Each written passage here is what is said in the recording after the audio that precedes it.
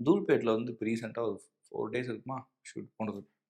4 daysக்கு முன்னாடி ஒரு சீக்வன்ஸ் ஒன்று போயிட்டு இருந்தது. அதில் வந்து ஒரு சீக்வன்ஸில் வந்து அவங்க ஓடணும். ஓகே. போய் நான் போய் சொல்லுவேன், போய் எங்கே இருக்கான்னு பாருங்க அப்படின்னு சொல்லுவேன். பார்த்தோன்னே அவன் தெரிச்சுட்டு தேடிட்டு ஓடுவான். இப்படி ஓடும்போது ரொம்ப ரொம்ப ஓடிட்டாங்க போல இருக்கு. ஒரு 2 நாய் இருந்துச்சு. 2ஆ 3ஆன்னு தெரியல. 5 நாய் இருந்துச்சு. கடிச்சிருச்சு அவங்கள. காலில் ஆக்சுவலாக கடிச்சிருச்சு. எங்களுக்கு இது வந்து கடிச்சது தெரியாது. ஆனால் அவங்க சொல்லிட்டாங்க கடிச்சிருச்சுன்னு சொல்லிட்டாங்க. ஏன்னா நாங்கள் பக்கத்தில் இல்லை, தூரத்தில் இருந்தேன். நான் கூட கலாய்ச்சிட்டேன் ஃபர்ஸ்ட்டு. சரி கடிச்சிருக்காது அப்படின்னு நினச்சிட்டு டக்குன்னு ஒரு கலாய்ச்சிட்டேன். அப்புறம் இல்லை குரு கடிச்சிருச்சோன்னே எனக்கு என்னடா கடிச்சிருச்சுன்றாங்களேன்னு சொன்னேன். போயிட்டாங்க.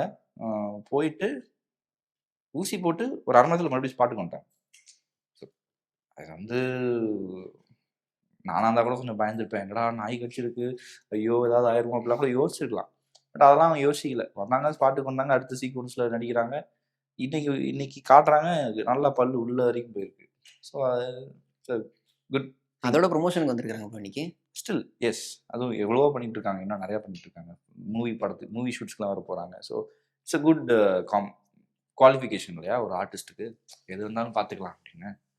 பொதுவாக இந்த டிஸ்கிரிமினேஷன் பண்ண விரும்பல, பட் லைட்டாக அடிபட்டாலே ரேண்டிங் பண்ணக்கூடிய ஆள் நாய்க்கடி வாங்கினாலும் பரவாயில்லன்னு சொல்லி வந்து நடிக்கிறாங்கன்னா பரவாயில்ல.